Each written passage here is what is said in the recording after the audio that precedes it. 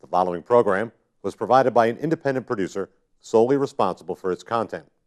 The opinions expressed do not necessarily represent the views of this station, its staff, board of directors, or underwriters. Welcome to The People's View, a program dedicated to discussing local, state, and national issues and their effect on the American people. The People's View provides a platform for state representatives and national figures to present their viewpoint. Whether it's social, economic, or financial topics, you'll hear it on The People's View.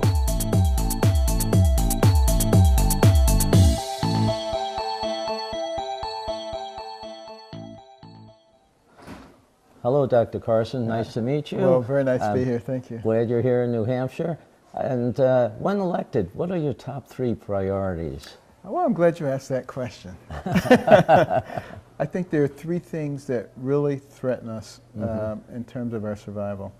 Our divisiveness. I think you got to immediately use the bully pulpit to start tamping down, because a house divided against itself cannot stand.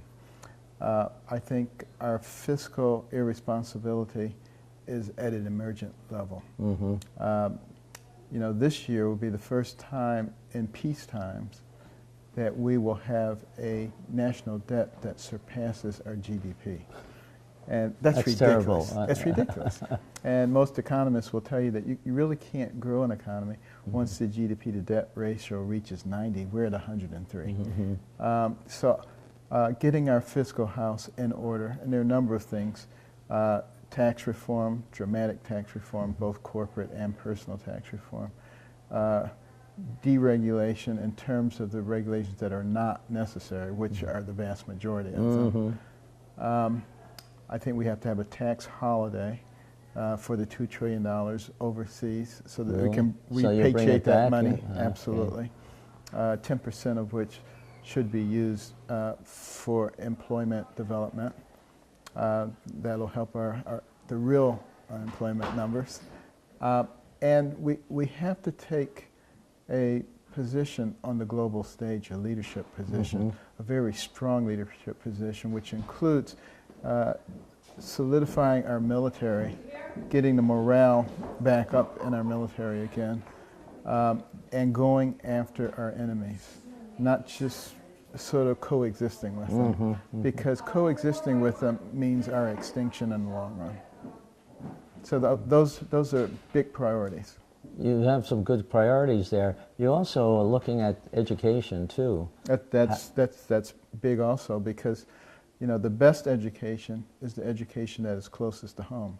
Many studies have demonstrated homeschoolers do best, private schoolers next best, charter schoolers next best, public schoolers last. So, which means we need to give people choice in education. You can't consign a whole group of people to an inferior setting.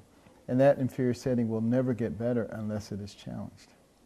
Well, you're one of the non-politicians, if I may call you that. I appreciate that. Do you think that's an advantage or a disadvantage in this? Well, it certainly can be an advantage, because what we need is somebody who knows how to solve problems, who has a track record of solving problems. And one of the biggest problems we have is the inefficiency of our government. You're probably not going to get politicians to fix that, because they're part of it. That's it.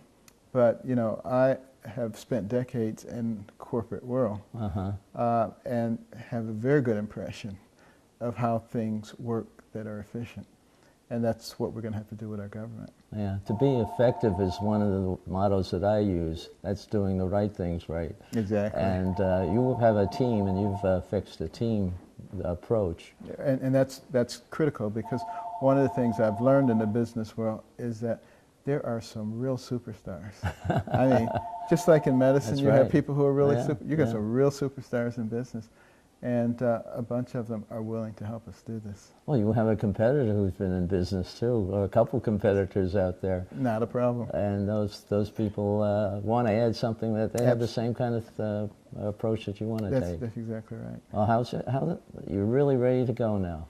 I think I'm ready. You know, I've given up on the ideal of relaxing. It's going to be hectic for the next year. But for decades, Yeah. I've had 12 to 16-hour days, so nothing new.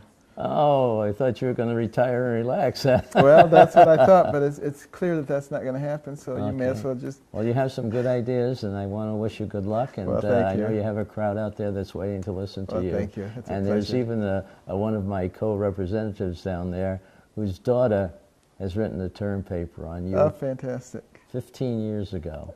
Did she get a good mark on it? Yeah, so she wants to see you. All right, Okay, terrific. thank you very much All for your righty, time. thank you.